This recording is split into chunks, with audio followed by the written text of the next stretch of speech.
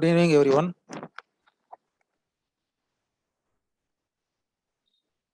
நம்ம paper assistant public prosecutor எக்ஸாம்ஸ்க்கு prepare ஆகிட்டு வரோம். இப்போ நம்ம வந்து இன்னைக்கு கிளாஸ் 11ல் இருக்கோம். நம்ம இன்னைக்கு என்ன டிஸ்கஸ் பண்ண போகிறோம் அப்படின்னு பார்த்தீங்கன்னா,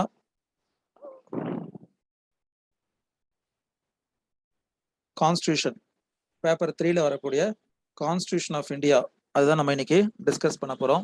ஏற்கனவே ஆர்டிகல் 15 வரைக்கும் நம்ம டிஸ்கஸ் பண்ணியிருந்தோம். கான்ஸ்டியூஷன் வந்து மூணு ஹெட்டிங் தான் அசிஸ்டன்ட் பப்ளிக் ப்ராசிக்யூட்டர் சிலபஸ்க்கு. Part 3 fundamental rights, part 4 directive principles of state policy, part 3 fundamental rights வந்து article 12 to 35, directive principles of state policy வந்து ஆர்டிகல் 36 to ஆர்டிகல் 51. அதுக்கு அடுத்து writ jurisdiction of high courts and supreme courts, அதாவது article 226 for high court and article 32 for supreme court. So இதுதான் நம்மளுடைய assistant public prosecutor syllabus. அதில் நம்ம இப்போ part 3 பார்த்துக்கிட்டு இருக்கோம். லாஸ்ட் செஷனில் ஆர்டிகல் 15 வரைக்கும் பார்த்தோம்.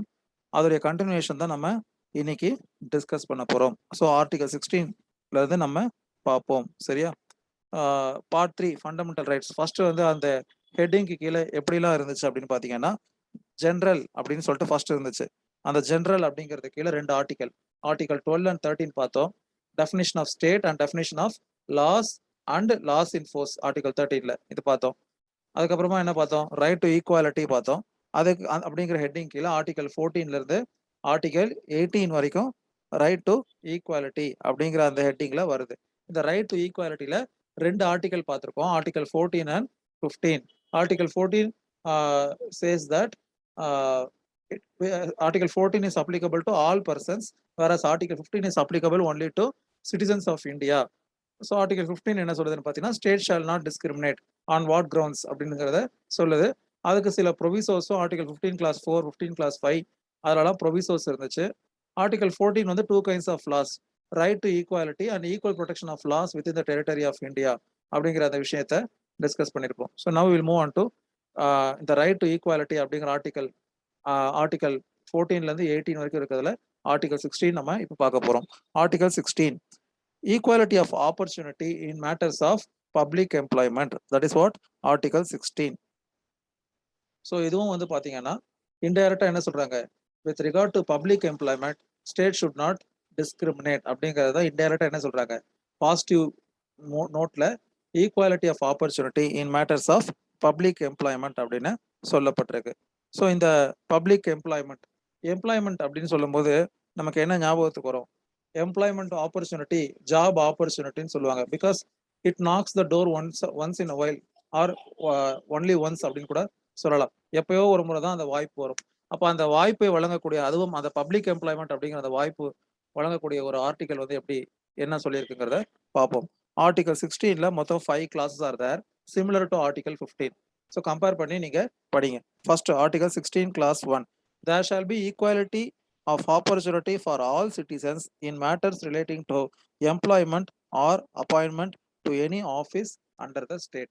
So appointment and employment 2 வார்த்தைகள் இருக்கு. அப்போ அது நியமன தேர்விற்கும் பொருந்தும், தகுதி தேர்வு நடத்தி ஆள் சேர்க்கக்கூடிய விஷயங்களுக்கும் பொருந்தும். அப்ப நியமன தேர்வு அப்படிங்கிறதுனால நான் விருப்பத்திற்கு ஏற்ப நான் நியமிக்கலாமா அப்படின்னு அர்த்தம் கிடையாது. Say for example, vice chancellor of a law university is appointed by the governor after he is getting report from the search committee அப்படின்னு ஒரு கமிட்டியை போடுறாங்க. அது ஒரு 3 பேருடைய நேம ப்ரொபோசலை அனுப்புது கவர்னருக்கு. அந்த 3 பேர்ல இருந்து ஒருத்தரை அப்பாயிண்ட் பண்றாங்க. ஈவன் தோஸ் அப்பாயின்மெண்ட் நியமனமாக இருந்தாலும் கூட, வேலையாக இருந்தாலும் கூட, தகுதி தேர்வாக இருந்தாலும் கூட, ஒரு பப்ளிக் எம்ப்ளாய்மெண்ட்டாக இருந்தால் கண்டிப்பா என்ன இருக்கணும்? as per article 16 class 1, there shall be equality of opportunity for all citizens. So this article is also similar to article 15, applies only to citizens. சரிங்களா? in matters relating to employment or appointment to any office under the state. So அந்த office வந்து ஒரு permanent ஆஃபீஸா, temporary ஆஃபீஸா அப்படிங்கிற ஒரு கேள்விக்குள்ள போக வேண்டிய அவசியம் கிடையாது. ஸோ இப்போ ரிட் ஜூரிஸ்டிக்ஷன் வைஸ் பார்த்தீங்கன்னா, அதிகமா இப்போ வந்து 5 கைண்ட் ஆஃப் ரிட் இருக்கு. அப்படியே சைமல்டேனியஸா இதையும் கூட பார்த்துரலாம். அந்த 5 கைண்ட் ஆஃப் ரிட்ல ஆர்டிகல் 16 சம்மந்தப்பட்ட ரிட் என்னென்ன அதிகமா வரும் அப்படின்னு பார்த்தீங்கன்னா, உங்களுக்கு தெரியும். சர்வீஸ் மேட்டர்ல சர்ஷோரரிஃபைட் மேண்டமஸ் அப்படின்னு சொல்லக்கூடியது, இல்ல மேண்டமஸ், இல்லன்னா quo warranto with regard to appointment if you are filing a writ stating that if some person who is having lesser efficiency, இல்லன்னா தகுதி வாய்ந்த நபரை பின்னுக்கு தள்ளிவிட்டு ஒருவருக்கு வேலை நியமனம் வழங்கப்படுது அப்படின்னு வச்சுக்கோங்களேன். அப்ப அந்த மாதிரியான டைம்ல கோ வாரண்டோ அப்படிங்கிற ரிட்ட ஃபைல் பண்ணுவாங்க. அதாவது அதுக்கு என்ன அர்த்தம்னா, under what authority you hold that public office அப்படின்னு சொல்லக்கூடிய ஒரு ரிட். அதான் quo warranto. Under what authority you hold this public office. இந்த கோ வாரண்ட்டுக்கு மட்டும் என்ன ஒரு விஷயம் அப்படி இருக்குன்னு பார்த்தீங்கன்னா, பொதுவா ஒரு ரிட் இன்ஃப்ரக்சுவஸ் ஆக வாய்ப்பு இருக்கு. இன்ஃப்ரக்சுவஸ் அப்படின்னா, நம்ம போட்ட காரணம் அந்த வழக்கு விசாரணைக்கு வரும்பொழுது அந்த காரணம் ஆ மாறி போயிரும். இல்ல இல்லாமல் போய்விடும். உ உதாரணத்துக்கு நான் ஒரு பர்ட்டிகுலர் போஸ்ட்டுக்கு எனக்கு வந்து வேலை குடுக்கணும் அப்படின்னு சொல்லிட்டு நான் ஒரு ரிட் போட்டிருக்கேன். என்னுடைய கன்சிடரேஷன், என்னுடைய டேட்டாஸ், என்னுடைய சர்வீஸ் ரெக்கார்டு எல்லாத்தையும் பேஸ் பண்ணி இந்த பர்ட்டிகுலர் போஸ்ட்டுக்கு என்னை நியமிக்கணும்னு சொல்லி ஒரு ரிட் போட்டிருக்கேன். பட் என்ன ஆயிருதுன்னா, கொஞ்ச நாட்கள்ல அந்த ரிட் பெண்டிங்ல இருக்கும்போது கவர்ன்மெண்ட் என்ன பண்ணுதுன்னா, ஒரு பாலிசி டெசிஷன் எடுத்து அந்த பர்ட்டிகுலர் போஸ்ட்டே அபாலிஷ் பண்ணிருது. எந்த போஸ்ட்டுக்குன்னா என்ன கன்சிடர் பண்ணணும்னு சொல்லி நான் ரிட் போட்டிருக்கணும். அந்த போஸ்ட்டே அபாலிஷ் பண்ணிருது. அப்ப என்ன ஆயிருது அந்த ரிட் இன்ஃப்ரக்சுவஸ் ஆயிடுது. நீங்கள் கேட்கக்கூடிய நிவாரணத்தை தர முடியாத ஒரு சூழ்நிலை ஏற்பட்டால் அதற்கு பெயர்தான் இன்ஃப்ரக்சுவஸ் அப்படின்னு அர்த்தம். சரியா? சரி.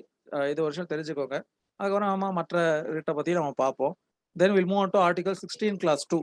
No citizen shall on grounds only of religion, race, caste, sex, descent, place of birth, residence or any of them be ineligible for or discriminated against in respect of any employment or office under the state அப்படின்னு சொல்லப்பட்டிருக்கு. So அப்போ ஒரு அரசு வேலையிலோ அல்லது அரசு அலுவலிலோ என்ன கண்டிப்பா இருக்கக்கூடாது, பாகுபாடு டிஸ்கிரிமினேஷன் இருக்கக்கூடாது அப்படின்னு சொல்லப்பட்டிருக்கு. எந்த மாதிரியான டிஸ்கிரிமினேஷன் அப்படின்னு பார்த்தீங்கன்னா, ஆர்டிகல் 16 கிளாஸ் 2ல சொல்லியிருக்கக்கூடிய discrimination with regard to grounds only of அப்படின்னு சொல்லிட்டு இதில் இருக்கக்கூடியது மட்டும் அப்படின்னு அர்த்தம். ஒன்லி ஆஃப் அப்படின்னா religion, race, caste, sex, descent, place of birth, residence or any of them. கிட்டத்தட்ட ஆர்டிகல் 15ல வர அதே விஷயங்கள் தான் ஆர்டிகல் 16ல வருது. Then will move on to article 16 class 3, 4, 5. அதுக்கு முன்னாடி 4A அண்ட் 4Bன்னு 2 அமெண்ட்மெண்ட் பட்டிருக்கு. ஸோ இது எல்லாமே வந்து என்னன்னு பார்த்தீங்கன்னா ப்ரொவிசோஸ். இப்போ நம்ம பார்க்கக்கூடிய article 16 class 3, 16 class 4, 4A, 4B and 16 class 5 எல்லாமே ப்ரொவிசோஸ். அதாவது மேலே சொல்லக்கூடிய அந்த 2 ஆர்டிகல் 16 கிளாஸ் 1, 16 கிளாஸ் 2க்கு விதிவிலக்கு அப்படின்னு சொல்லலாம். அந்த ஆர்டிகல் எப்படி ஆரம்பிக்கும் அப்படின்னு பார்த்தீங்கன்னா, நாட் வித் ஸ்டாண்டிங் அப்படின்னு ஆரம்பிக்கும். இல்லைன்னா நத்திங் இன் திஸ் ஆர்டிகல் அப்படின்னு ஆரம்பிக்கும். அப்படின்னா என்ன அர்த்தம்? அப்போ ஒரு விலக்கு அளிக்கணும்னு தீர்மானிக்கப்பட்டு அதற்காக ஒரு பர்ட்டிகுலர் ப்ரொவிஷன் ஆட் பண்ணியிருக்கிறதா அர்த்தம். உதாரணத்துக்கு இப்போ நம்ம ஆர்டிகல் 16 கிளாஸ் 3 பார்க்க போறோம். Nothing in this article shall prevent parliament from making any law prescribing in regard to a class or classes of employment or appointment to an office under the government or any local or other authority within a state or union territory any requirement as to residence within that state or union territory prior to such employment or appointment அப்படின்னு சொல்லப்பட்டிருக்கு. அப்போ ரெசிடென்ஸின் பெயரால் discrimination பண்ணலாம் அப்படிங்கிறதுக்கு என்ன பண்றாங்க, ஒரு proviso கொடுக்குறாங்க. அப்போ சில பர்ட்டிகுலர் ஜாபுக்கு ஒரு பர்ட்டிகுலர் ஏரியா ஒரு லொக்காலிட்டியில இருக்கிறவர்கள் தான் நியமிக்கப்படணும் அப்படிங்கிற அந்த அதிகாரத்தை அந்த சூழ்நிலைக்கு ஏற்றவாறு அந்த பார்லிமெண்ட் தீர்மானிக்கலாம் அப்படின்னு சொல்றாங்க. அப்போ there should be some nexus. Sir எல்லா ஆர்டிகல்லுமே ஒரு விஷயம் கொடுத்துட்டு அதுக்கான ஒரு ப்ரொவிசோவும் கொடுக்கப்பட்டிருக்கு. அப்ப அந்த ஆர்டிகலை எப்படி ஃபாலோ பண்ண முடியும்? அப்ப whether that article will prevail R the proviso will prevail அப்படின்னு பாத்தீங்கன்னா both will prevail. And there is always a test of scrutiny பண்ணி பார்க்கப்படும். அதாவது இந்த டிஸ்கிரிமினேஷன் எதற்காக கொண்டு வரப்படுகிறது, what is the object this proviso has been made out, அந்த பர்டிகுலர் ஆப்ஜெக்டிவ்காக தான் இந்த விதிவிலக்கு கொடுக்கப்படுகிறதா, அல்லது அது ஒரு டிஸ்கைஸ் ஒரு மறைவாக செய்ய முடியாததை செய்ய புறம்பானதை சட்டத்திற்கு புறம்பானதை மறைமுகமாக செய்வதற்கு வழிவகுக்கிறதா அப்படிங்கிறத நீதிமன்றங்கள் தீர்மானிக்கும். அப்போ அப்படி ஒரு விஷயம் தென்பட்டால் நிச்சயமாக நீதிமன்றம் தயங்காமல் அத்தகைய பிரிவுகளை ரத்து செய்வதற்கு கான்ஸ்டிடியூஷனல் பவர்ஸ் ஆர் தேர். சரிங்களா? Then we'll move on to Article 16 Clause 4. So 16 Clause 3 is with regard to requirement to residence within the state or territory. ஒரு particular employment Parliament can make special laws. சரிங்களா? Then 16 Clause 4. Nothing in this article shall prevent state from making any provision for the reservation of appointments or posts in favor of any backward class of citizens which in the opinion of the state is not adequately represented in the services under the state. இது வந்து பாத்தீங்கன்னா இப்போ நம்ம OBC reservation இப்போ ரீசெண்டாக central government வந்து medical எஜுகேஷன்ல கூட 27% ரிசர்வேஷனை follow பண்ணணும்னு சொல்லி என்ன பண்ணியிருப்பாங்க, சுப்ரீம் கோர்ட்ல ஒரு அஃபிடவிட்ல சொல்லியிருப்பாங்க. Based on that now onwards both in UG as well as in PG 27% reservation in medical education is going to be followed.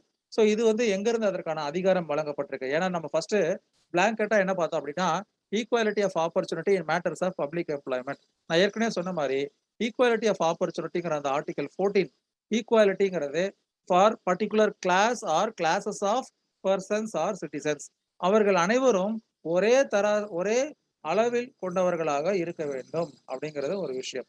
இப்போ ஒரு 4 அடி இருக்கிறவர் ஜம்ப் பண்றதுக்கும் 6 அடி இல்ல 7 அடி இருக்கிறவர் ஜம்ப் பண்றதுக்கும் வித்தியாசம் இருக்கு இல்லையா? அப்ப எல்லாருக்கும் நான் ஒரே கட் ஆஃப் இல்ல ஒரே கிரைட்டீரியா பண்ணுவேங்கிறது சில விஷயங்கள் முரணானதாக இருந்தால் அது ஏற்புடையது கிடையாது. சரிங்களா?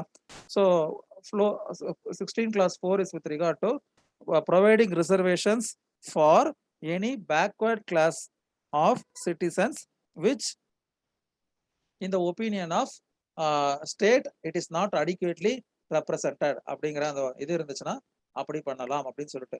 அதே ஆர்டிகல் 15க்கு கீழே என்ன பார்த்தோம் அப்படின்னு பாத்தீங்கன்னா என்ன பார்த்திருப்போம், socially and educationally backward class of persons and scheduled caste and schedule tribe அப்படிங்கிற வார்த்தை இருக்கும். இங்க என்ன போட்டிருக்கு, இங்க அந்த அத்தகைய வார்த்தைகள் போடப்படல. இங்க எந்த வார்த்தை போட்டிருக்கப்பட்டிருக்குன்னா in favour of any backward class of citizens அப்படின்னு போடப்பட்டிருக்கு. பின்தங்கிய அப்படின்னா அர்த்தம். ஸோ அப்ப அந்த பின்தங்கியவர்கள் எதில் பின்தங்கி இருக்கிறார்கள், அந்த வேலை வாய்ப்பில் அவர்களின் பங்களிப்பு குறைவாக இருக்கிறது. உதாரணத்துக்கு ஒரு அசிஸ்டன்ட் ப்ரொஃபசர் ஜாப் நம்ம லா காலேஜ்ல கவர்மெண்ட் லா காலேஜ்ல ஃபில் பண்றாங்க. ஒரு பர்டிகுலர் கம்யூனிட்டியை வந்து ரெப்ரசன்டேஷனே இல்லை, ஒரு பிசியில ரெப்ரசன்டேஷனே இல்லைன்னு ஒரு பேச்சு வச்சுப்போமே.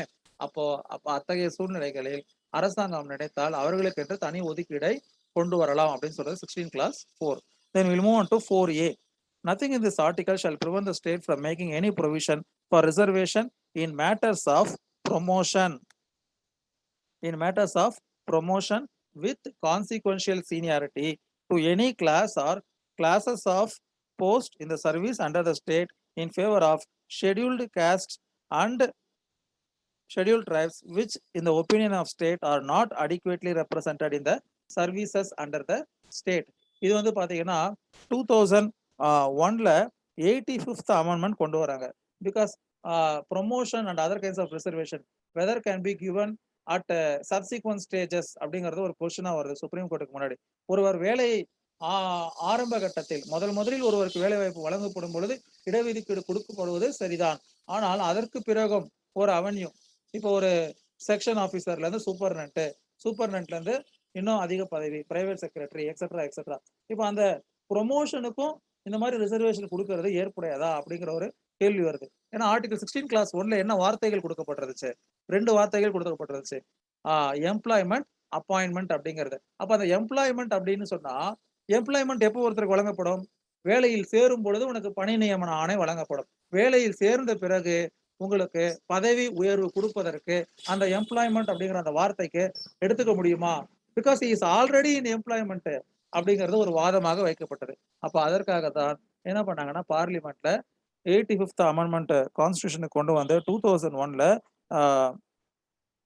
they have added the word the matters of promotion அப்படிங்கிற வார்த்தையை கொண்டு வந்தாங்க. ப்ரொமோஷனுக்கும் கான்சிக்வென்ஷியல் சீனியாரிட்டி கொடுப்பதற்கும் என்ன பண்ணலாம், இதை தனி ரிசர்வேஷன் கொடுக்கலாம் அப்படின்னு கொண்டு வந்திருக்காங்க. To in favour of whom, போன ஆர்டிகல் பாத்தீங்கன்னா providing reservation for backward classes of citizens அப்படின்னு இருந்துச்சு. இப்போ இந்த ப்ரொமோஷன் இன் எம்ப்ளாய்மெண்ட். இப்போ ஒரு பதவியிலிருந்து இன்னொரு பதவி உயர்வுக்கு இடஒதுக்கீடு வழங்கலாம் அப்படின்னு சொல்லியிருக்கக்கூடிய அந்த கிளாஸ் 4A என்ன சொல்றாங்க அப்படின்னு பார்த்தீங்கன்னா, only it is applicable only with regard to persons of scheduled caste and scheduled tribes. So இந்த வார்த்தைகளை நீங்க தெரிஞ்சுக்கணும். இது கொடுக்கலாம்னு தெரியும். நமக்கு ஆன்சர்ல ஆப்ஷன் ஏ, பி, சிடில ஷெட்யூல் காஸ்ட் அண்ட் ஷெட்யூல் ட்ரைப்ஸோட சேர்த்து மிட்ரா educationally backward classes, socially backward classes, all of the above அப்படின்னு பார்த்தது நம்ம all of the above tick பண்ணிடக்கூடாது. இங்க என்ன இருக்கு அப்படிங்கறத நம்ம படிச்சு கவனமா ஞாபகம் வச்சுக்கணும். சரியா? Then will move on to class 4B. Class 4B is a protection class for class 4 and class 4A. சரிங்களா? அதாவது ரிசர்வேஷன் கொடுக்கக்கூடிய அந்த ஆர்டிகலை ப்ரொடெக்ட் பண்றதுக்காக. Class 4B. Nothing in this article shall prevent the state from considering any unfilled vacancies of a year which are reserved for being filled up in that year in accordance with any provision for reservation made under class 4 or class 4A as a separate class of vacancies to be filled up in any succeeding year or years, and such class of vacancies shall not be considered together with the vacancies of the year in which they are being filled up for determining the ceiling of 50% reservation on total number of vacancies of that year அப்படின்னு சொல்லப்பட்டிருக்கு. அதாவது என்ன அப்படின்னு பாத்தீங்கன்னா, class 4Bல backlog vacancies அப்படிங்கிற அந்த வார்த்தையை தான் இப்படி சுத்தி முத்தி கொடுக்கப்பட்டிருக்கு. பேக்லாக் வேகன்சிஸ் அப்படின்னு சொல்லுவோம் இல்லையா? அதாவது இதற்கு முன்பு நடந்த தேர்வில் சில பேர் ஒரு குறிப்பிட்ட பிரிவில் தேர்வாகாமல் இருக்கலாம், இல்லை தேர்வாகி அவர்கள் பணியில் சேராமல் சென்றிருக்கலாம். அப்ப அதனால ஒரு ஒரு வேகன்சி உண்டாகுது. இப்ப கரண்ட் இயருக்கு ஒரு ரெக்ரூட்மெண்ட் நடக்குது. ஸோ அப்ப அந்த 2 ஜாபையும் என்ன பண்றாங்க, 2 வேகன்சியும் கிளப் பண்ணி போடுறாங்க. ஃபர்ஸ்ட் பேக்லாக் வேகன்சிஸை ஃபில் பண்ணணும். அப்ப அந்த பேக்லாக் வேகன்சிஸ்ல அந்த particular category of persons fill ஆகல, அதை எல்லாத்தையும் நம்ம இதுல கலந்து பிரிச்சு போட்டுடலாமா? 4 வேகன்சி ஃபில் ஆகல அப்படின்னா அப்படி போட முடியுமா அப்படின்னு பாத்தீங்கன்னா, அப்படி போடணுங்கிற அவசியம் கிடையாது அப்படின்னு சொல்றதுதான் class 4B. So if the state decides so that it can keep that backlog vacancies as a separate class, and in those kind of cases that ceiling of 50% reservation would not be applicable அப்படின்னு சொல்றதுதான் class 4B. சரிங்களா? Class last 16 class 5. Nothing in this article shall affect the operation of any law which provides that the incumbent of an office in connection with affairs of any religious or denominational institution or any members of the governing body thereof shall be a person professing a particular religion or belonging to a particular denomination. Say for example, HRNC டிபார்ட்மெண்ட்ல ஒரு ஆபீசரா இருக்கணும் அப்படின்னா ஒரு இந்துவாக இருக்க வேண்டும் அப்படின்னு சொல்லப்பட்டிருக்கு. அதே மாதிரி வக்ஃபு போர்ட்ல ஒரு மெம்பராகவோ இல்ல அதுல இருக்கக்கூடிய ஒரு பதவியாகவோ இருக்கும் பொழுது ஒரு Muslim and or the Islamic persons or எலிஜிபிள்னு கொண்டு வரப்படுது. இதெல்லாம் வந்து விலக்கு அளிக்கப்படுகிறது. சரியா? அதுதான் 16 class 5. That it says it does not affect the operation of any law which says that incumbents of that office or the office bearer of that particular religious institution or denomination should be of this particular religion or denomination சொல்றத என்ன பண்ணல, தப்புன்னு எடுத்துக்க கூடாது அப்படின்னு சொல்றதுதான் 16 class 5. So இப்போ இந்த ப்ரொவிசோ மட்டும் நீங்க ஞாபகம் வச்சுக்கோங்க.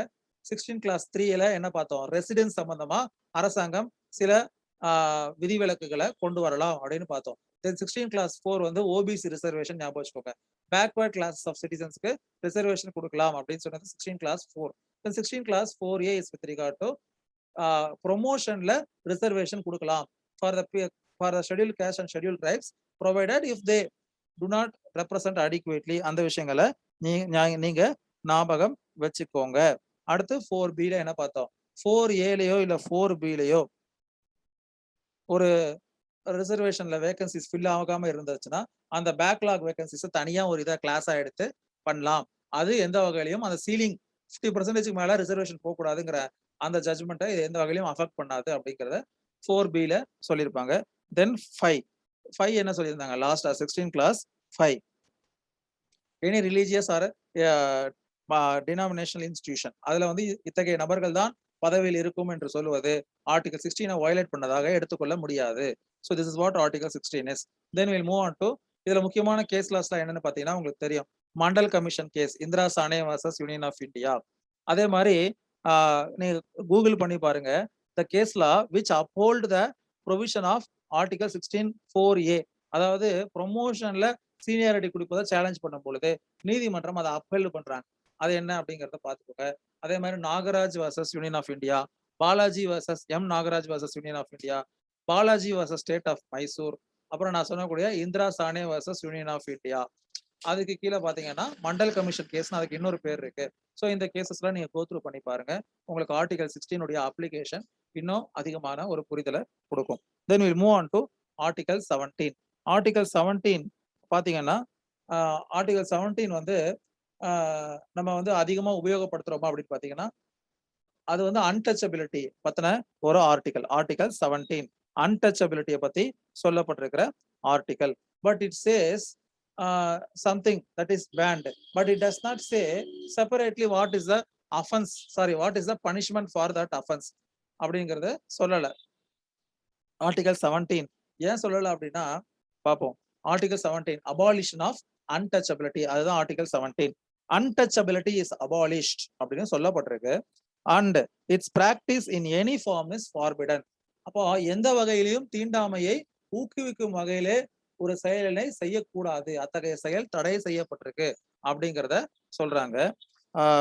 the enforcement of any disability arising out of untouchability shall be an offense punishable in accordance with law. அப்ப இந்த ஆர்டிகல் 17க்கு கீழே தான் வந்து உங்களுக்கு இப்ப prevention of atrocity act, PCR act எல்லாம் சொல்றோம்ல, அதெல்லாம் எதன் கீழே கொண்டு வராங்க? இந்த ஆர்டிகல் 17க்கு கீழே தான் அவங்க அத்தகைய சட்டங்களை நிறைவேற்றுகிறார்கள். ஏனென்றால் ஆர்டிகல் 17 என்ன சொல்லுதுன்னு பாத்தீங்கன்னா untouchability is abolished and its practice in any form is forbidden, தடை செய்யப்பட்டுள்ளது. forbidden அதுதான், சரியா? ஆடம் ஏட் த ஃபார்பிடன் ஆப்பிள் அப்படின்னு சொல்றாங்க இல்லையா? இறைவனால் தடை செய்யப்பட்ட ஆப்பிளை ஆதாம் உண்டதன் விளைவாக இந்த உலகத்தில் பாவங்களும் துர்சம்பவங்களும் நடப்பதாக ஒரு நம்பிக்கை இருக்கு. சரி, okay. The enforcement of any disability arising out of untouchability shall be an offense punishable in accordance with law அப்படின்னு சொல்லப்பட்டிருக்கு. இதான் ஆர்டிகல் 17 அன்டச்சபிலிட்டி சம்பந்தப்பட்ட ஒரு விஷயம். சரியா? அன்டச்சபிலிட்டி அஃபென்சஸ் ஆக்ட்னு ஒரு ஆக்ட் இருக்கு, 1955 ஆக்ட். அது தவிர இப்ப இருக்கக்கூடிய prevention of SC ST atrocities act, இது எல்லாமே கூட பப்ளிக் பிளேசஸ்ல ஒருத்தங்களை தரக்குறைவாக திட்டுவது, தீண்டாமையை செல்வது, சில பகுதிகளில் ஒரு குறிப்பிட்ட தெருவில் இன்னொருவர் நடந்தால் அவர்கள் காலணிகளை கைகளில் சுமந்து அல்லது தலையில் சுமந்துதான் செல்ல வேண்டும் அப்படின்னு இருக்கு. சில தென் மாநிலங்களில் இரட்டை கூலை முறை இதெல்லாம் இருக்கு. இது எல்லாமே வந்து என்னது, ஏதோ ஒரு வகையில் தீண்டாமை செயல்படுத்தப்படுகிறது. அது எந்த வகையில செயல்படுத்தப்பட்டாலும் அது ஆர்டிகல் 17 கீழ் தடை செய்யப்பட்டுள்ளது அப்படின்னு சொல்லப்பட்டிருக்கு. Then article 18. ஆர்டிகல் 18 வந்து பாத்தீங்கன்னா it is with regard to titles, abolition of titles அப்படின்னு சொல்லலாம். Article 17 is with regard to abolition of untouchability. Article 18 is with regard to abolition of titles. பழைய காலத்துல இந்த ராவ் பகதூர், அதுக்கப்புறமா சர், இந்த மாதிரியான பட்டங்கள்லாம் கொடுக்கப்பட்டது இல்லையா? அந்த மாதிரி எத்தகைய பட்டங்களையும் அரசாங்கம் கொடுக்க கூடாது அப்படின்னு சொல்றதுதான். ஏன்னா இது வந்து அவர் குடிமகன்களுக்குள் ஒரு பாகுபாடை அல்லது வேறுபாடை காட்டுவதற்கு வழிவகுக்கிறது. அதனால அரசாங்கம் யாருக்கும் எந்த வகையிலும் இந்த மாதிரியான டைட்டில்ஸை கொடுக்க கூடாதுன்னு சொல்றாங்க. இது சம்பந்தமா ஒரு வழக்கு நீதிமன்றத்தில் வந்தது. என்ன பண்ணாங்கன்னா, இந்த பத்ம விபூஷன், பத்மபூஷன், பாரத ரத்னா, பத்மஸ்ரீ இத்தகைய விருதுகள் கொடுப்பது சரியா தவறா அப்படிங்கிற ஒரு கொஸ்டின் வரும்போது கோர்ட் என்ன சொல்லுதுன்னா, ஒருவர் சிறப்பாக செயல்படும் போது அவர்களை ஊக்குவிப்பதற்காக கொடுப்பது என்பது சரிதான், அதை வந்து பாகுபாடு காட்டுவதற்காக கொடுப்பதாக எடுத்துக்கொள்ள முடியாது அப்படின்னு சொல்லி அந்த மனுவை தள்ளுபடி பண்ணியிருப்பாங்க. சரி, இப்போ ஆர்டிகல் 18 என்ன சொல்றாங்கன்னு பார்ப்போம். No title, not article 18 abolition of titles class 1. No title not being a military or academic distinction shall be conferred by the state. அப்ப military or academic distinction, இப்ப சாஸ்திரி அப்படிங்கிற ஒரு இது கொடுக்கப்படுது இல்லையா?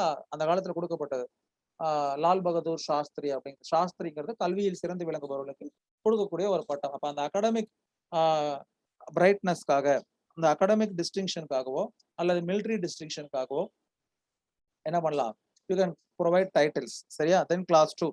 No citizen of India shall accept any title from a foreign state. ஆமா, இப்ப நம்ம அந்த பிரான்ஸ் கவர்மெண்ட் கொடுக்கக்கூடிய சவாலிய விருதுகள் கேள்விப்பட்டிருப்போம் இல்லையா? சிவாஜி கணேசனுக்கு செவாலிய விருது கொடுக்கப்பட்டது அப்படிங்கிறதெல்லாம் அது கூட என்னது? It is not title, it is only an award. So அப்போ பாகுபாடு காட்டக்கூடிய எந்த ஒரு விருதினையும் இந்திய குடிமகனாக இருக்கும் ஒருவர் பெறுவதற்கு 18 கிளாஸ் 2 அனுமதி வழங்கவில்லை அப்படிங்கிறத தெரிஞ்சுக்கோங்க. தென் 18 கிளாஸ் 3. No person who is not a citizen of India while he holds any office of profit or trust under the state except without the consent of the president any title from any foreign state அப்படின்னு சொல்லப்பட்டிருக்கு. அதாவது இந்திய குடிமகன்களாக இல்லாத ஒருவர் ஆனால் அரசு அல்லது அரசின் நம்பிக்கைக்கு உரிய ஒரு பதவியை அலங்கரிக்கும் பொழுது அவர்கள் என்ன பண்ணக்கூடாது, இந்த நாட்டின் ஜனாதிபதியின் அனுமதி இல்லாமல் வேறொரு அயல் நாட்டின் பதவியினை பெறுவது தடை செய்யப்பட்டுள்ளது அப்படின்னு சொல்லப்பட்டிருக்கு. ஸோ 18 கிளாஸ் 3 வந்து ரொம்ப important.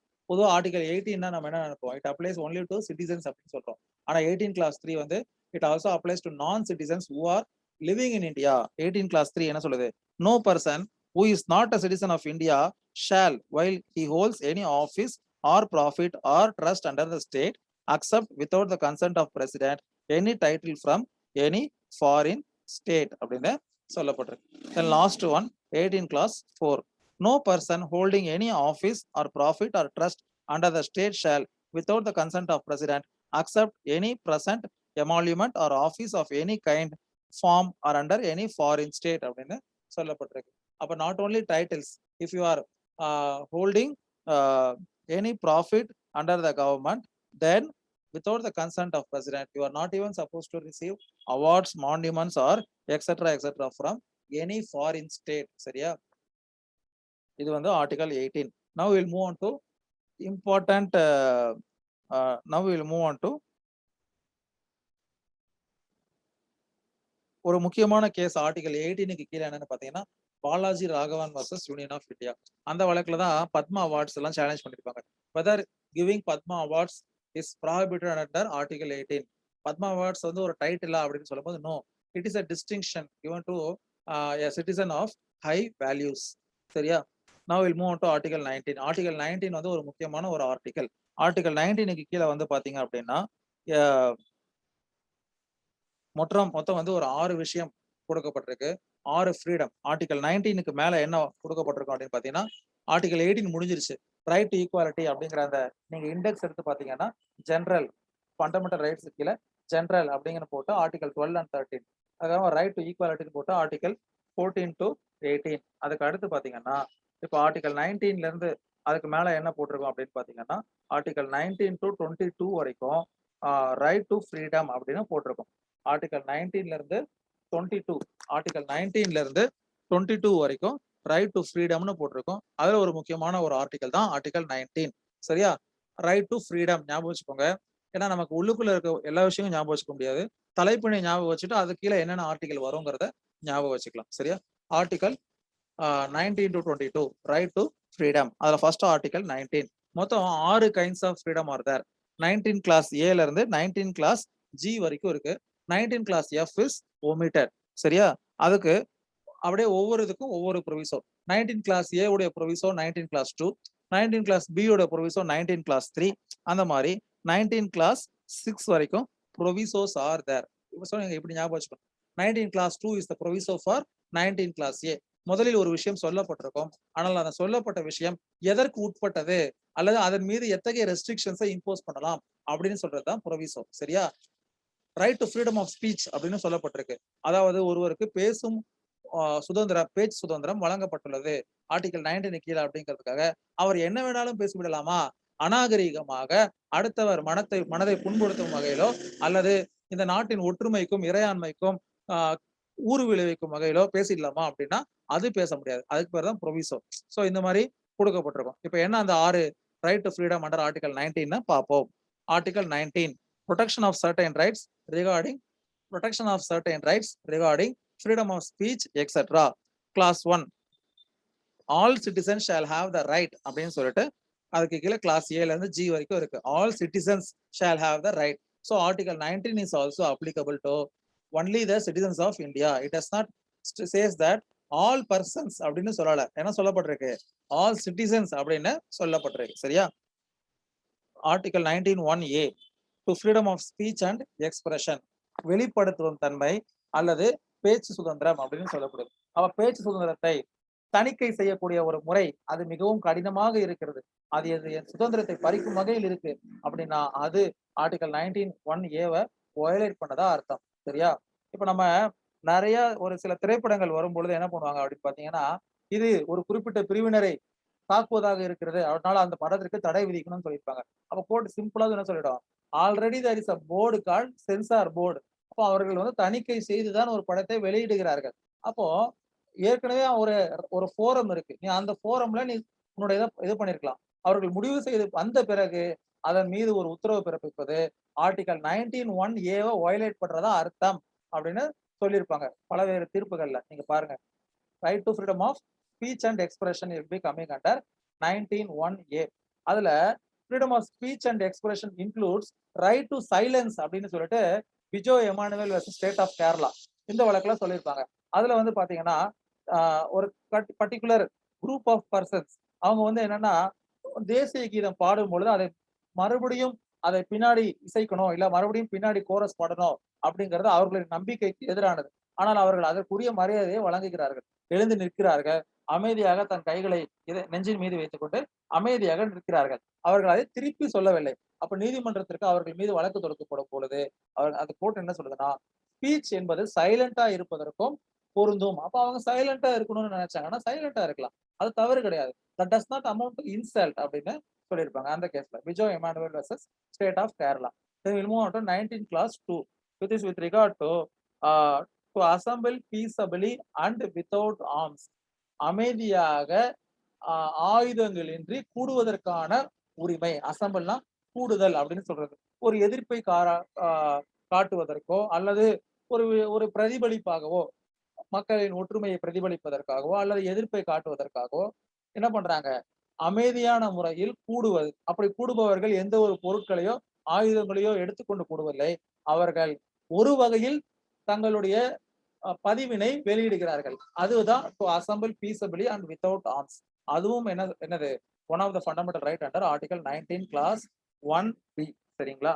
To assemble peaceably and without arms. இது கூட பாத்தீங்கன்னா நம்ம சுப்ரீம் கோர்ட் வந்து ஜந்தர் மந்தர் கேஸ் டெல்லியில எப்ப போராட்டம் நடந்தாலும் அந்த ஜந்தர் மந்தர் அப்படிங்கிற இடத்துலதான் போராட்டம் நடக்கும். அப்ப போராட்டம் நடக்கும் பொழுது அங்க இருப்பவர்கள் தூங்கி கொண்டிருக்கும் பொழுது அவர்கள் மீது அத்துமீறுவது சரியா தவறா அப்படின்னு சொல்லும் போது கோர்ட் என்ன சொல்லியிருக்கோம், to assemble peaceably and without arms is a fundamental right under article 19(1)B.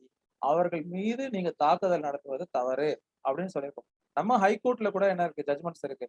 பார்வையற்றவர்கள் அவர்களோட கோரிக்கையை நிறைவேற்றுவதற்காக ஒரு இடத்தில் அமைதியான முறையில் கூடும் பொழுது மனிதாபிமற்ற முறையில் அவர்களை வேறு ஒரு இடத்திற்கு மிக தூரமாக கொண்டு போய் விடப்படுகிறார்கள். அவர்கள் அங்கிருந்தா தங்கள் இடங்களுக்கு திரும்புவதே மிகவும் சிரமமாக இருக்கிறது. அப்ப நீதிமன்றம் அந்த வழக்குகள்ல கூட இப்படி சில விஷயங்களை சொல்லியிருக்காங்க. சரிங்களா? 19(1)C என்ன அப்படின்னு பாத்தீங்கன்னா, to form associations and unions. 19(1)B உடைய continuation. To form associations and unions. அந்த யூனியனின் தகுதி என்ன, அது அங்கீகரிக்கப்பட்ட யூனியனா அப்படிங்கறதெல்லாம் வேறு. ஆனால் யூனியனே ஃபார்ம் பண்ணக்கூடாது அப்படின்னு சொல்லிட்டு என்ன பண்ணக்கூடாது சொல்லுவது தப்பு அப்படின்னு சொல்லப்பட்டிருக்கு. இதுவும் வந்து இன்னும் சப்ஜெக்ட் மேட்டர் ஆஃப் டிஸ்பியூட் தான். ஏன் அப்படின்னு பாத்தீங்கன்னா, நிறைய பிரைவேட் என்டிட்டிஸ்ல யூனியன் ஃபார்ம் பண்றதுக்கான எந்த ஒரு முகாந்தாரமும் வழங்கப்படுவதில்லை. அப்படி அது ஒரு ஏற்பாடுகள் நடந்தாலே பணி நீக்கம் அல்லது அதிகார துஷ்பிரயோகங்கள் நடக்குது. சரிங்களா? 19(1)C to form associations or union. இதுவும் ஒரு அடிப்படை உரிமை. Then 19(1)D to move freely throughout the territory of India. இப்போ நம்ம பாக்குறதெல்லாம் ரைட்ஸ். இதுக்கு அடுத்து நம்ம ப்ரொவிசோஸ் பார்ப்போம். 19 கிளாஸ் 2ல இருந்து 19 கிளாஸ் 6 வரைக்கும். சரி, இப்போ நம்ம எத்தனாவது பார்த்தோம்? ஃபர்ஸ்ட் வந்து freedom of speech and expression, to assemble peacefully without arms. Then மூணாவது to form association or union மூணாவதா பார்த்தோம். அப்புறம் நாலாவது to move freely throughout the territory of India. India முழுவதும் சென்று வருவதற்கு எந்த தடையும் இருக்கக்கூடாது. ஒரு குடிமகனாக இருந்து கொண்டு இப்ப நம்ம பேசுறோம்ல, எதிர்ப்பு அரசியல் பேசுறோம் இல்லையா? தெற்கு தேய்கிறது, வடக்கு வளர்கிறது, இல்ல அங்க இருந்து வந்தவங்க இன்னைக்கு ஆட்சி பண்ணிக்கிட்டு இருக்காங்க அப்படிங்கறதெல்லாம் அது வந்து அரசியலமைப்பு சட்டத்திற்கு முரணானது. ஏன்னா அரசியலமைப்பு சட்டம் என்ன சொல்லுது, to move freely throughout the territory of India. அவர்களுக்கு அந்த உரிமை வழங்கப்பட்டிருக்கு as per 19(1)D. Then 19(1)E to reside and settle in any part of the territory of India. இப்ப இங்க இருக்கிறவங்க போயிட்டு கர்நாடகாவில் செட்டில் ஆகுறதோ, கர்நாடகாவில் இருக்கிறவங்க இங்க தமிழ்நாட்டில் செட்டில் ஆகுறதும் காமனான ஒரு விஷயம். நம்ம சுய விருப்பு வெறுப்பதற்காக ஒருவர் தன் உழைப்பினால் வந்தவன நம்ம துன்புறுத்துவதோ அச்சுறுத்துவதோ தவறு அப்படிங்கிறது கான்ஸ்டிடியூஷன்லயே சொல்லப்பட்டிருக்கு. அப்ப அந்த கான்ஸ்டிடியூஷனல் மேண்டேட்ஸை ஸ்ட்ரிக்டா கம்ப்ளை பண்ணணும். அப்ப அரசாங்கம் அதற்கு ஒரு ஊறு விளைவிக்கக்கூடிய செயல்கள் நடந்தால் கண்ணை மூடிக்கிட்டு இருக்கக்கூடாது. அடிப்படை உரிமை என்று குடிமகன்களுக்கு கொடுக்கப்பட்ட ஒரு விஷயத்தை ஒரு மீறும் செயலில் யாரோ ஒரு அமைப்போ, தனிநபரோ, ஒரு கூட்டமோ ஈடுபட்டால் அதை தடுத்து ஒடுக்க வேண்டிய ஒரு பொறுப்பு யாருக்கு இருக்கு? அரசாங்கத்திற்கு இருக்கு. அதுதான் நம்ம பார்த்துட்டு இருக்கோம். Then we'll move on to provisos. 19 class, sorry, last 19 class 1G. அது என்னன்னு பாத்தீங்கன்னா, to practice any profession or to carry on any occupation, trade or business அப்படின்னு சொல்லுது. ஒருவருக்கு தொழில் செய்வதற்கு அவர் விரும்பிய ஒரு செயலை செய்வதற்கு, ஒரு வாணிபத்தை செய்வதற்கு அவருக்கு உரிமை இருக்கு அப்படின்னு சொல்றாங்க. 4 விஷயம் சொல்றாங்க. Profession, trade, occupation or business. Profession நமக்கு தெரியும், ட்ரேட் வாணிகம், ஆக்குபேஷன் அப்படிங்கிறது தொழில், பிசினஸ் அப்படிங்கிறது வாணிபம். சரியா? தென் த ப்ரொவிசோஸ் ஆஃப் ஆர்டிகல் 19 கிளாஸ் 1A ல இருந்து G வரைக்கும் 19(1)F வந்து ரிப்பீல் பண்ணிட்டாங்க. 19(1)F வந்து ரிப்பீல் பண்ணிட்டாங்க. சரியா? 19(1)F வந்து என்னவா இருந்துச்சு? டு அக்வயர் ப்ராப்பர்ட்டி அப்படிங்கிற ஒரு ரைட்டா இருந்துச்சு. To acquire property is a fundamental right அப்படின்னு இருந்துச்சு. Now it has been moved out of fundamental right. இப்போ அது பார்ட் 3ல இல்ல, ஆர்டிகல் 300A ல வச்சுட்டாங்க. அதுதான் 19(1)F இல்ல, ABCDEG 6 தான் இருக்கு. ABCDEG, F இல்ல. Fங்கிறது அந்த ரைட் டு ப்ராப்பர்ட்டி.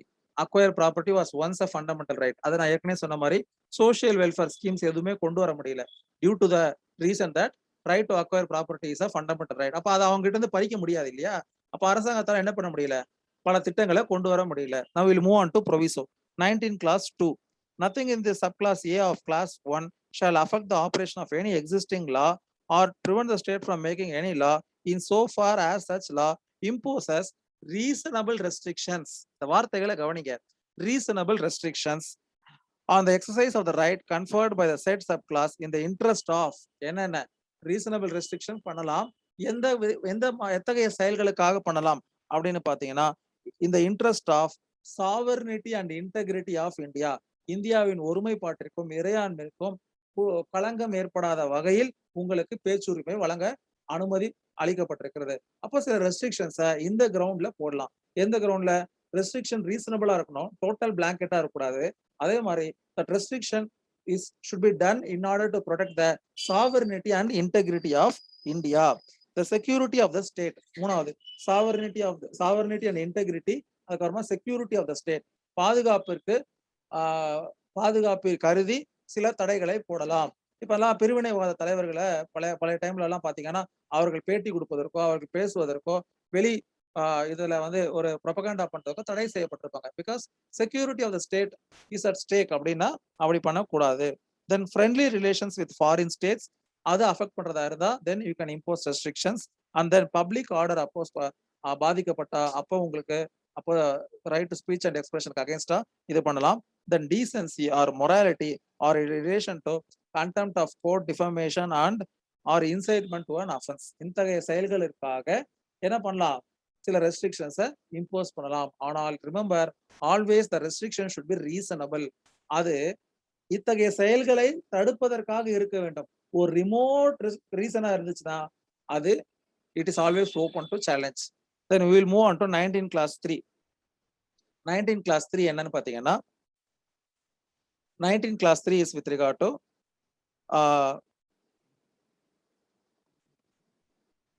அதான் to assemble peaceably and without arms இருக்கு இல்லையா? அது சம்பந்தமாகவும் அரசாங்கம் இந்த நாட்டின் இறையாண்மை அல்லது ஒருமைப்பாடிற்கு அச்சுறுத்தல் ஏற்படக்கூடிய ஒரு சூழ்நிலை இருந்தால் என்ன பண்ணலாம்? impose in the interest of sovereignty and integrity of India or public order, reasonable restrictions can be imposed. மேல சொன்ன அளவுக்கு பல விஷயங்கள் கொடுக்கப்படல, 3 விஷயங்கள் தான் கொடுக்கப்பட்டிருக்கு. sovereignty, integrity of India or public order would be at stake அப்படின்னா then reasonable restrictions can be imposed. இதுதான் 19 class 2. then 19 class 3, sorry 19 class 3 பார்த்துட்டோம், 19 class 2 and 3 பார்த்துட்டோம், 2 ப்ரொவிசோ பார்த்துட்டோம். then 19 class 4. 19 class 4 என்னது? prevent the state from making any law imposing reasonable restrictions on the exercise of the any of the rights conferred by such subclasses either in the interest of the general public or for the protection and interest of the any scheduled tribes அப்படின்னு சொல்லப்பட்டிருக்கு. அதாவது class C association அல்லது union தொடங்குவதற்கு என்ன காரணங்களுக்காக தடை விதிக்கலாம் அப்படின்னு பாத்தீங்கன்னா, எந்த காரணங்களுக்காக தடை விதிக்கலாம் அப்படின்னு பாத்தீங்கன்னா, the sovereignty and integrity of India is in stake or public order or morality is at stake அப்படின்னா என்ன பண்ணலாம், கொண்டு வரலாம், அதற்கான சட்டத்திட்டங்களை கொண்டு வரலாம். அதுக்கு அடுத்து to move freely throughout the territory of India clause D. இதுதான் பாத்தீங்கன்னா அந்தமான்ல சென்டினல் ஐலாண்ட் அப்படிங்கிற ஒரு இடத்துல சில வருடங்களுக்கு முன்பு ஒரு அமெரிக்கன் மிஷனரி என்ன பண்ணப்பட்டிருப்பாரு, அங்க இருக்கக்கூடிய ஒரு ட்ரைபால அம்பு எய்தி கொல்லப்பட்டிருப்பார். ஏன் அப்படின்னா that American missionary has violated the clause under 19 clause 5 19 clause 5. ஏன் to move freely throughout the territory of India அப்படின்னு சொல்லப்பட்டிருந்தாலும் கூட அரசாங்கம் சொல்லப்பட்டிருக்கு சில பழங்குடியின மக்கள் வெளி உலகத்திற்கு இன்னும் பழக்கப்படவில்லை, அவர்கள் இருக்கும் இடத்தில் அத்துமீறி நுழைந்தால் அது அவர்களின் மீது நடத்தப்படும் ஒரு அத்துமீறல். அப்ப அதனால் ஏற்படக்கூடிய விளைவுகளுக்கு எப்படி பொறுப்பேற்க முடியும்? அதுதான் வந்து to move freely through the territory of இந்தியாவாக இருந்தாலும் கூட அரசாங்கம் சொல்லியிருக்கு இது ஒரு ட்ரைபல் ஏரியா, ப்ரொடெக்டட் ஏரியா, இது ஒரு ரிசர்வ் ஃபாரஸ்ட் ஏரியா அப்படின்லாம் சொல்லப்பட்டிருந்தா அதை கண்டிப்பா ஃபாலோ பண்ணணும். நீங்க ஆர்டிகல்ல சொல்லப்பட்டிருக்கு 19 clause 1D to move freely through the territory of India. அதே மாதிரி 19 கிளாஸ் 1E சொல்லியிருக்கு to reside and settle in any part of territory of India. அதெல்லாம் டென்ட் கொண்டு போயிட்டு அந்த கேனிபல்ஸ் இருக்கக்கூடிய ஒரு தீவுல நான் ஒரு டென்ட் போட்டு தங்கிப்பேன், எனக்கான ப்ரொடெக்ஷன் கொடுத்துதான் ஆகணும் அப்படின்னு சொல்ல முடியாது. ஏன்னா it is also subjected to restrictions. அது வந்து on based on what restriction அப்படின்னு பார்த்தீங்கன்னா general public or for the protection of interest of any schedule tribe. பொது மக்களின் பாதுகாப்பினை கருதியோ அல்லது பழங்குடியின மக்களின் கருதியோ நலனை கருதியோ the state can impose reasonable restrictions with regard to class D and class E, that is to move freely throughout territory of India and to reside and settle in anywhere in the territory of India. இப்போ உதாரணத்துக்கு ஹிமாச்சல் பிரதேஷ்ல எல்லாம் போயிட்டு நம்ம இடம் வாங்க முடியாது. ஏன் அப்படின்னா அங்க இருக்கக்கூடிய அந்த என்விரான்மெண்டலை பாதுகாக்கணுங்கிறதுக்காக அங்க இருக்கக்கூடிய ஒரு நபர் தன்னுடைய தேவைக்காக தான் அங்க இடம் வாங்கணும் அப்படின்னு அந்த லொக்காலிட்டியில இருக்கு. ஏன்னா ஹில் ஏரியா டெவலப்மெண்ட் ப்ரோக்ராமுக்கு கீழே அவங்க அப்படி கொண்டு வந்திருக்காங்க. ஏன்னா அந்த ஹில்ல ப்ரொடெக்ட் பண்ணணும். Over commercialisation may lead to exploitation of the resources அப்படின்னு அவர்கள் கருதி அத்தகைய சட்டங்களை வைத்திருக்கிறார்கள். சரியா?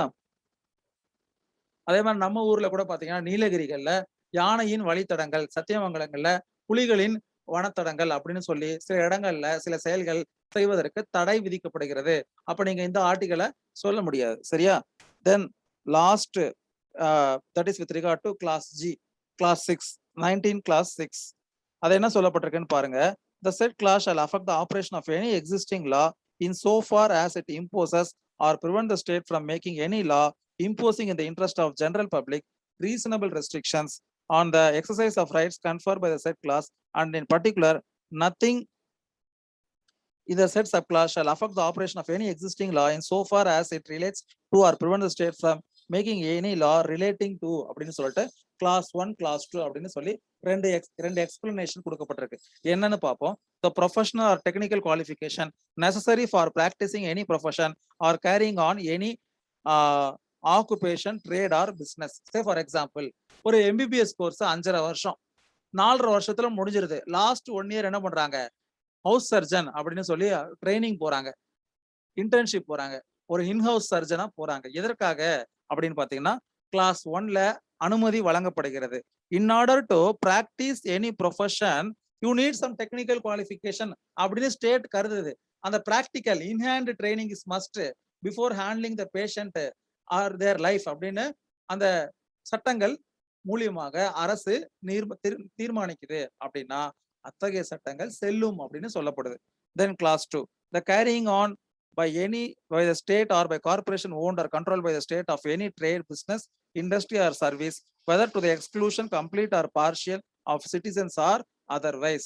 Class 2 is nothing. இப்ப சென்ட்ரல் கவர்மெண்ட்ல ஒரு டாக்டரை வேலை பார்க்கறாங்க அப்படின்னா பிரைவேட் பிராக்டிஸ் இஸ் ரெஸ்ட்ரிக்டட் அப்படின்னு சொல்லப்பட்டிருக்கு. இப்ப நம்ம சில கவர்மெண்ட் வேலைக்கு போயிட்டா பர்சனலான ஒரு வேலைகள்ல 2 வேலைகள் செய்யக்கூடாது, வேற எந்த வேலையும் செய்யக்கூடாது அப்படின்னு சொல்லப்பட்டிருக்கு.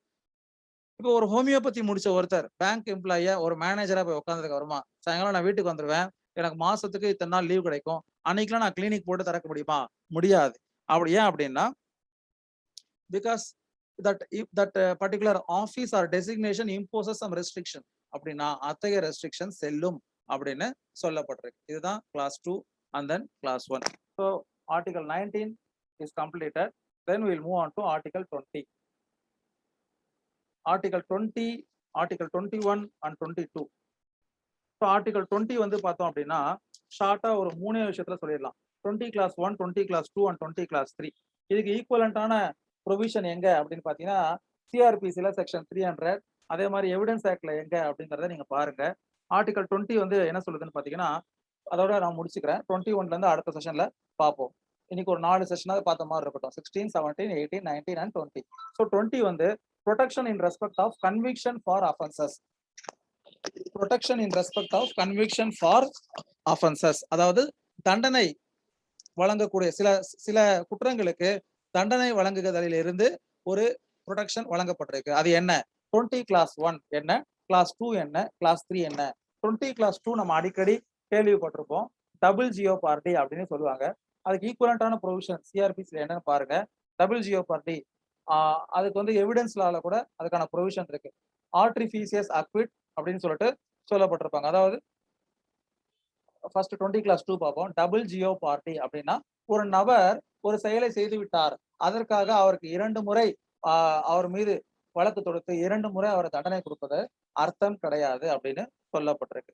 ஒருவர் அது வந்து ஃபார் எக்ஸாம்பிள் 20 கிளாஸ் 2 என்ன சொல்லுதுன்னு பாத்தீங்கன்னா, no person shall be prosecuted and punished for the same offence more then once. So what is the necessary ingredient அப்படின்னு பாத்தீங்கன்னா, prosecution and punishment. So disciplinary proceedings will not come under 20 clause 2 because it is not prosecution. Prosecution என்றால் framing of charge and facing of trial. Trial நடக்கணும், அதுதான் prosecution. அப்போ disciplinary ப்ரொசீடிங்ஸ்ல என்ன நடக்கல? Trial நடக்கல. There is only an inquiry. என்ன inquiry? Departmental inquiry. அது எந்த வகையிலையும் 20 கிளாஸ் 2க்கு அட்ராக்ட் ஆகாது. இதை சொன்ன கேஸ் வந்து SA Venkataraman versus union of India, double jeopardy. சரியா? ஐபிசில கூட இதுக்கு ஈக்குவலன்ட் ப்ரொவிஷன் இருக்கு. எப்படின்னு சொல்றீங்களா? ஒருவரை காயம் ஏற்படுத்தி அவருக்கு மரணத்தை விளைவிக்கிறார். அப்போ என்ன செக்ஷன்ல அவருக்கு மரணம் 302 அவ்வளவுதான். வாலண்டரிலி காசிங் கிரீவியஸ் ஹர்ட்ங்கிற கொஸ்டின் அரைஸ் ஆகல. ஏன் அப்படின்னா it is also the part of causing a murder. சரியா?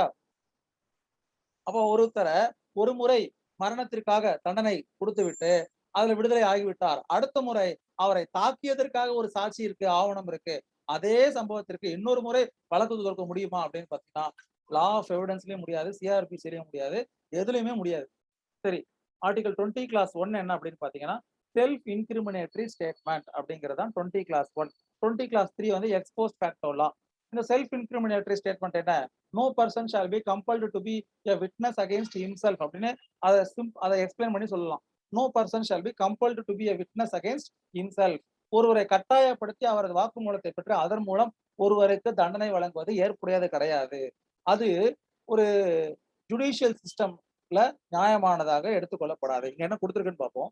20 clause 1, no person shall be convicted of any offense except for violation of law in force at the time of the commission of the act charged as an offense, nor be subjected to penalty greater than which might have been inflicted under the law in force at the time of the commission of offense. Sorry, 20 class 1 வந்து என்னது? Expose ஃபேக்டோ loss. 20 clause 3 தான் self incriminatory statement. இந்த expose ஃபேக்டோ லாஸ்ல 2 விஷயம் சொல்லிடுறாங்க. ஒரு செயல் தவறுதாக இருக்கணும் அந்த செயல் செய்யும் பொழுது. ஃபார் எக்ஸாம்பிள் வாயரிசம், ஸ்டாக்கிங் அப்படிங்கறதெல்லாம் 2013 கிரிமினல் லா அமெண்ட்மெண்ட்ல கொண்டு வராங்க. அப்ப 2012ல ஒருத்தர் இத்தகைய செயலை செய்திருக்கிறார் என்றால் அதற்காக இந்த சட்டம் வந்த பிறகு தண்டனை வழங்க முடியுமா? முடியாது. Mostly criminal laws are not என்னது ப்ரீ மெடிடேட்டட் அப்படின்னு சொல்லலாம். அல்லது அது முன்தேதியிட்டு ரெட்ரோஸ்பெக்டிவ் ஆபரேஷன் தான் இருக்குமே தவிர prospective operation is not allowed under article 20 clause 1.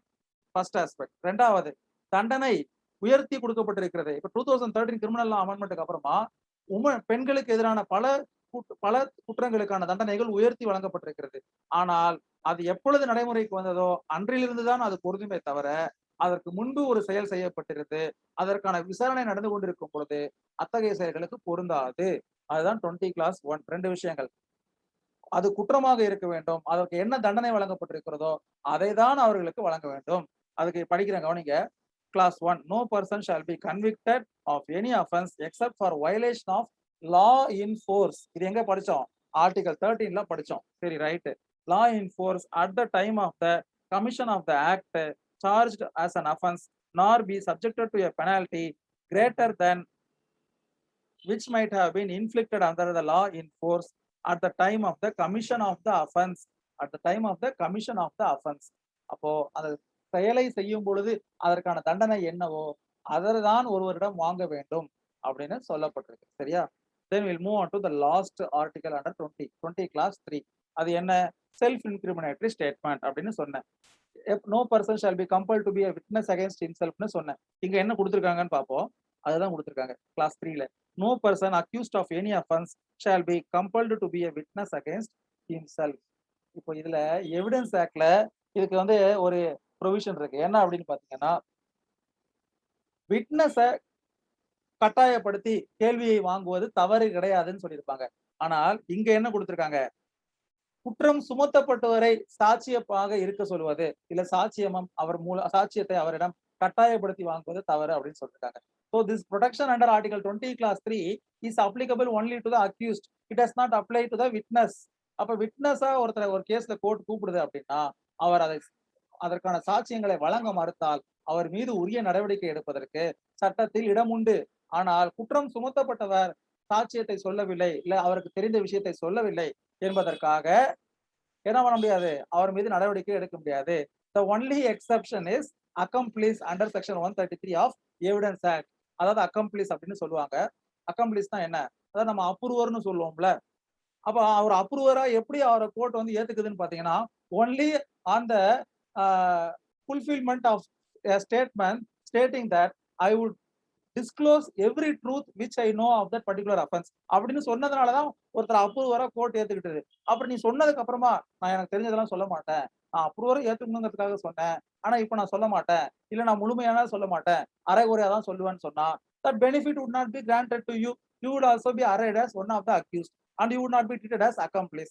அப்போ அந்த நீதிபதி நினைத்தால் உனக்கும் சேர்த்து தண்டனை வழங்கலாம். இப்படி கம்பேர் பண்ணி படிக்கணும். சரியா? So 20 class 3 is no person accused of any offense shall be compelled to be a witness against himself. So that's all for today's class. Have a happy day. We'll see you in the next class.